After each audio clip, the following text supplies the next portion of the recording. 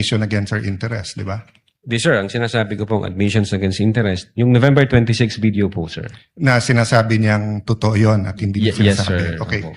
So, doon sa November 23, may nakita ka doon na admissions against interest. Insofar as I'm concerned, na nireiterate niya. Hindi, not reiterate. Siguro, para malinaw, in your mind, or as a lawyer or as an NBI agent, what is an admission against interest? Yun nga po, yung ini-explain ko po kanina. Ito po yung isang bagay na ginawa ng isang tao na... Hindi ginawa, sinabi. Sinabi Kasi ng, it's admission eh. sinabi ng isang tao na ikakasira niya, but then, instead of denying na sinabi niya yon, inadmit pa niya ito, ni-reiterate Okay, niya. very clear yon. And you and Agent John Mark Kalilong said that the basis of the investigation was the November 23 video, the basis sa inyong affidavit of investigation sa nag-file ng kaso is certain portions of the November 23 video. As well as So, the November, as well as the As well as October 8. other evidence. Okay. Opo. Sa November 23, ilan ang admission niya against interest?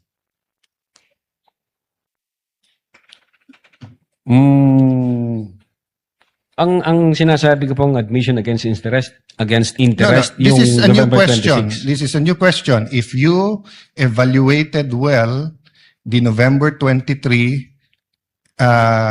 video, is there any circumstance in that video that you believe that the Vice President made admissions against her interest? Plain ho yung utterance niya doon, Your Honor. Yung nakita lang ho namin, yung utterances niya. Insofar as I'm concerned, yung admission against interest nangyari nung November 26. Mr. Witness, sagutin niyo na lang ako. Lahat ng admissions are utterances. Yes, sir. Okay, admissions is verbal. 'Di ba? Hindi to yung parang admission sa court.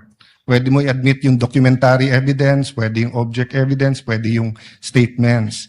When we talk about admissions against interest, especially in context of what we're talking about, may statement na laban sa interest niya. Yes, sir. So tinatanong ko, dun sa buong video, meron ka bang nakita? Wala. Yes or no lang yun, meron or wala. O meron at wala, hindi yes or no. Kayo nag-evaluate nun eh. Meron o wala? Admissions against her interest. Yes, sir. The fact na in-utter niya yun. O which one nga? So meron ilan at ano yun? A little leeway, Mr. Presiding Officer, kasi hindi natukoy masyado yung tanong. Senator Judge Alan may proceed. Yeah. So which statement that? That one you're mentioning now. So yung sagot mo, meron. Ang understanding ko, sir, nung sinabi ko yan, I'm referring to the November 26, 2024. Mr. Witness, paulit-ulit tayo. Yes, sir. Burahin mo na yung pinag-uusapan natin you're referring to. I'm asking you a direct question.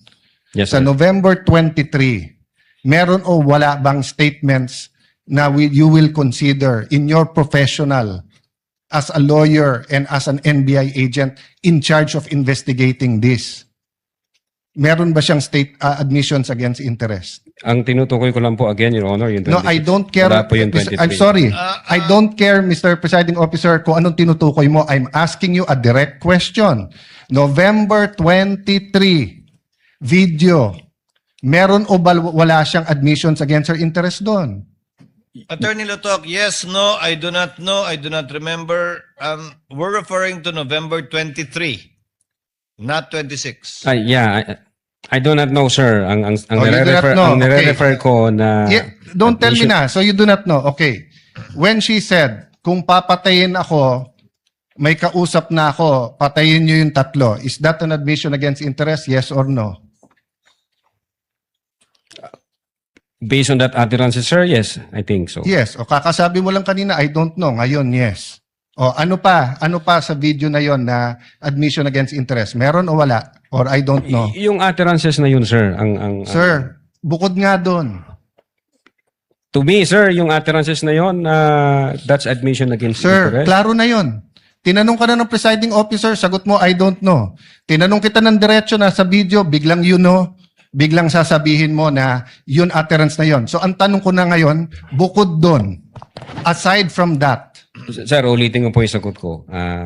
no, you don't need to answer. Yung sinabi ko po na No, I'm admission asking against you, interest. aside from the utterance, the statement, na kung papatayin nila ako, patayin sila, is there any other utterance during in that video that you would consider admission against In so far interest? as I remember, wala na po yun. Wala na, okay.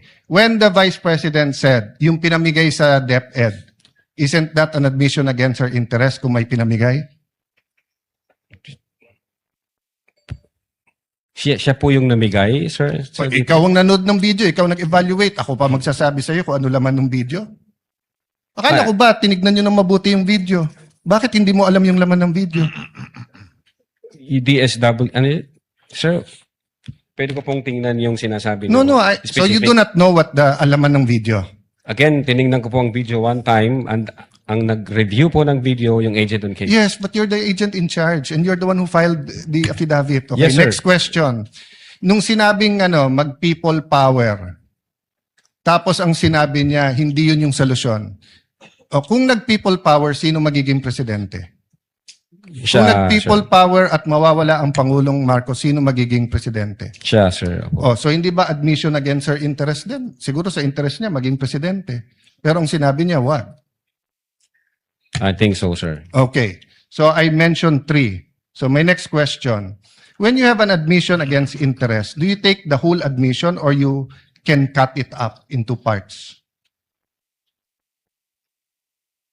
Again, Your Honor, yung If my admission against interest is 1 sentence or 1 paragraph or 3 sentences, can you take 1 sentence and say yun lang yung admission and the 2 other sentences are not? Can you divide I think it it up? should be the whole, sir. The whole sentence. So the whole sentence niya, nung sinabi niyang kung papatayin ako, is pinagbibintangan niya yung 3 na papatayin siya. So if you say it's an admission against interest and you believe it, you also have to believe na papatayin siya nung 3. The same thing, if you're going to say na namudmud siya sa DepEd, ang sinabi niya galing sa First Lady yung pera. So you're also going to have to believe that. So if you're going to believe her, na yung ibang sinabi is seditious, ngayon sinabi nga niya, hindi solusyon ng people power. So as the evaluator, bakit hindi consistent yung evaluation niyo nung video? No, I think yung in so far as people power is concerned, I think sinabi niya yata na, yes ma'am, natutuwa ako dun sa ginagawa niyo. Hindi. You know? Pwede ko pong ulitin. Your Honor. Let the record speak for itself. It's on Yes, Your page 26. Same paragraph nung sinabi niyang papatayin, no? But having said that, last question, no? Bakit sa cybercrime ni-refer? Ba't hindi sa anti-terrorism or sinabi mo meron intel group? Bakit sa cybercrime? Your Honor, my cyber aspect po kasi yung violation. Okay. What are the aspects of the alleged threat? One is the cybercrime grave threat. The other one is a possible assassination threat, right? No, Your Honor, yung sinasabi kong my cyber aspect, the utterances was made through Through cyber. by- And the utterance, in accordance with you, constitute grave threat. Yes, sir. But if she meant it, and if it is true, and if it is accurate, it's also an assassination plot, isn't it? Kung totoo yung utterance niya, napapapatay kita, may kausap na ako, hindi ba assassination plot yun? Maybe, sir, yes. No, hindi maybe. NBI kayo nag-aano eh. May nagsabi sa presidente, papatayin kita. How much plain can that be as an assassination plot? That's why, sir, may validation process. That's why may validation. Kaya yung tanong ko, ano ba mas mabigat, yung assassination plot o yung cyber aspect? No, Your Honor. No, diretso yung tanong. Hindi no. Anong mas mabigat? It's a direct question. If you were NBI director now or whatever, you were PNP chief, dalawang iniimbestigahan mo, yung cyber aspect na pwedeng cyber libel, pwedeng grave threat, at yung assassination plot, ano mas mabigat sa dalawa? Ano yung prioritize mo? Your Honor, yung cyber aspect, based on the law, mag-a-add siya ng 1 degree higher doon sa... So, magdidebate tayo kung anong higher, papabayaan mong mapatay ang presidente. Kindly wind up, Senator Yes, Judge. I'm winding up. The point I want to make, Mr. President, is whether I was the PSC, the Executive Secretary, NBI, or an ordinary citizen, my first concern is wag mapatay ang presidente. Yes, sir. But instead of the NBI director taking it upon himself, giving it to the anti-terrorist or to the intelligence, sa cybercrime binigay. Your Honor, again, uulitin ko, yung utterances was made through Yeah, information and so communication I- technology. Kaya may I hope if jurisdiction any o one of my cybercrime colleagues here division. become president, magbago yung attitude ng NBI. Mas importante pala cyber kaso sa buhay ng presidente.